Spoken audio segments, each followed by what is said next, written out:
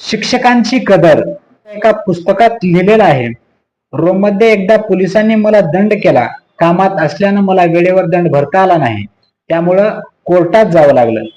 न्यायाधीशासमोर उभं केल्यावर त्यांनी कारण विचारल्यावर मी म्हटलं, प्रोफेसर आहे, कामात एवढा गुंतलो की वेळच मिळाला नाही.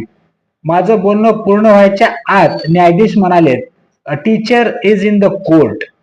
लगेचच सगळे लोक उठून उभे राहिले आणि त्यांनी माझी माफी मागितली व माझा दंडही रद्द केला गेला.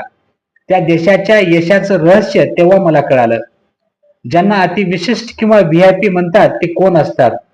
अमेरिकेत केवळ दोनच प्रकारच्या लोकांना अतिविशिष्ट मानलं गेलं आहे, वैज्ञानिक आणि शिक्षक.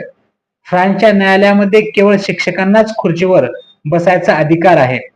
जपानमध्ये सरकारकडून परवानगी मिळाल्यावरच पोलीस एखाद्या शिक्षकाला अटक करू शकतात. कोरियात प्रत्येक शिक्षकाला ते सगळेच अधिकार आहेत जे भारताच्या मंत्र्याला मिळतात, तेही केवळ आपलं ओळखपत्र दाखवून. अमेरिकन आणि युरोपीय देशामध्ये प्राथमिक शिक्षकाला सर्वाधिक वेतन मिळतं, कारण तेच कच्च्या भांड्याला आकार देतात. ज्या समाजात शिक्षकांचा अपमान होतो तिथं फक्त चोर आणि भ्रष्टाचारी लोकच तयार होतात. सर्व शिक्षकांना समर्पित.